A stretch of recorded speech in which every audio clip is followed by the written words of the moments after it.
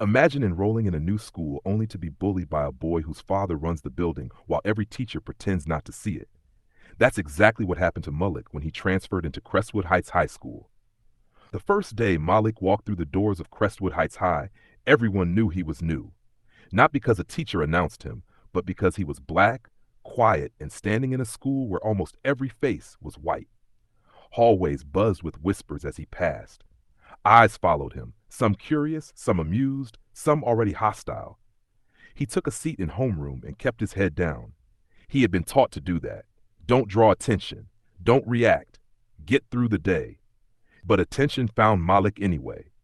At the back of the class sat Ethan Bradford, the most feared student in the school. Loud, popular, cruel. Ethan never hid his racism because he never had to.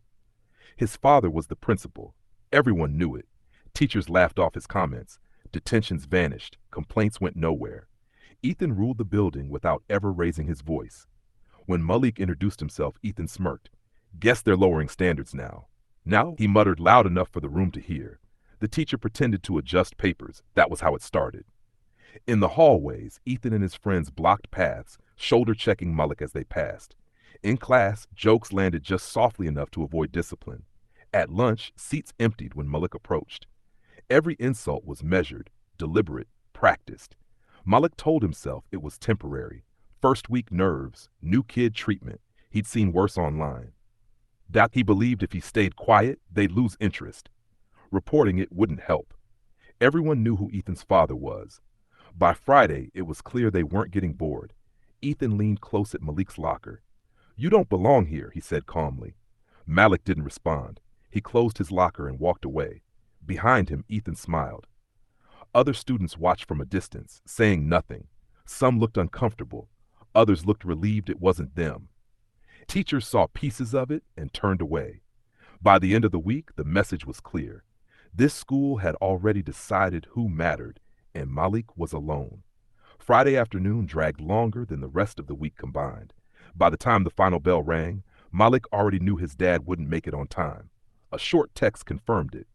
Running late, wait for me. Malik didn't mind. Waiting had become familiar. Instead of standing alone by the school gates, Malik walked a few blocks down to Maplewood Market near the edge of town. It was quieter there. Fewer students, fewer eyes. He bought a cheap burger and a drink and sat on a bench just outside the store, backpack at his feet, trying to kill time. That was when Ethan saw him. Ethan and his friends had been circling the area, bored, restless, looking for something to do. When Ethan spotted Malik sitting alone, something sharp flickered in his eyes. No teachers, no cameras outside the store, no witnesses who would dare speak up. It was perfect. They crossed the street slowly, laughing among themselves. Look at this, Ethan said as they approached. All by yourself? Malik glanced up but didn't answer. What are you doing here? One of them asked. Scoping the place out? That what you people do? Malik tightened his grip on the paper bag. I'm waiting for my dad. That only made them laugh. Yeah, Ethan said. What's he waiting on? A getaway car. Another boy stepped closer, probably his partner in crime. Malik stood up, trying to move past them. That's when one of them snatched the burger from his hand. Another grabbed the drink. Hey! Malik reached for it, but his foot caught on something. A leg. Deliberate. Malik went down hard, face first against the pavement. Pain exploded across his cheek before he could react. Laughter erupted. Get up, someone said. Or is that too hard? A kick landed against his side. Then another. Why are you even in our town? Ethan said calmly. Better yet, why are you in our school? Malik curled inward, arms up trying to protect himself. Leave, Ethan continued. That's what you're going to do. Leave the school. One of them bent down, picked up the burger, spat on it, and shoved it toward Malik's face. Eat it. Another boy pulled out his phone, already recording. Eat it! Eat it! Ethan repeated. Go on. Show everyone what you really are. Malik shook his head, a foot pressed against his shoulder, forcing him down. The phone camera moved closer, capturing everything. The dirt, the spit, the shaking hands. Then it happened. A hand shot in from the side and ripped the phone away so fast the boy holding it stumbled backward. At the same time, a powerful arm grabbed Malik and pulled him up and away. Get away from my son. The voice cut through the noise like a gunshot. The boys spun around. A black man in a police uniform stood between them and Malik, jaw tight, eyes burning. One hand held the phone, the other braced protectively in front of Malik. For half a second, no one spoke. Then Ethan laughed. "Oh, wow," Ethan said. "It's a cop." "Relax, it's not like you can do anything," another boy snorted. Malik felt the man's hand steady on his shoulder. Ethan stepped closer, confident. "My dad's the principal. My mom's a lawyer. You touch us, and you're done." The man finally spoke again, voice low and controlled. "I don't care who your parents are." "That's funny," Ethan said, "because you should."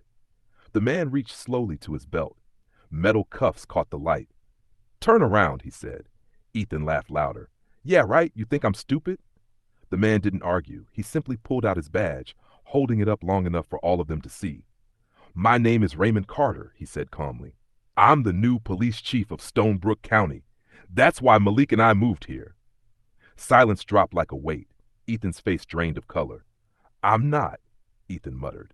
"I'm not," Chief Carter replied, "and neither your father nor your mother can save you from what happens next. Hands behind your backs now." The cuffs clicked shut around Ethan first, then the others. The phone was bagged as evidence, recording still open. Malik stood frozen, watching as the world he'd been trapped in all week suddenly cracked apart. Police cars arrived minutes later. Procedure. The footage exposed more than one incident. Reports buried by the school, complaints ignored, patterns that went back years. Ethan's father was removed from his position before the week ended. Records revealed bias, intimidation, and deliberate protection of his son. His authority collapsed the moment it was examined. Ethan's mother didn't fare any better. Records showed backdoor calls, pressure placed on the former police chief, and favors exchanged to keep her son untouchable. Ethan and his friends were charged, not just for that day, but for what had been hidden before. Malik returned to school the following week. Teachers met his eyes. Students stepped aside. Whispers changed tone. The halls felt different, not kinder, but quieter. Rules hadn't changed. The truth had. If you believe no child should endure racism just to get an education, and silence from adults is another form of violence, remember Malik's story. If this story made you feel something, do something. Like, comment, and share so more people hear it.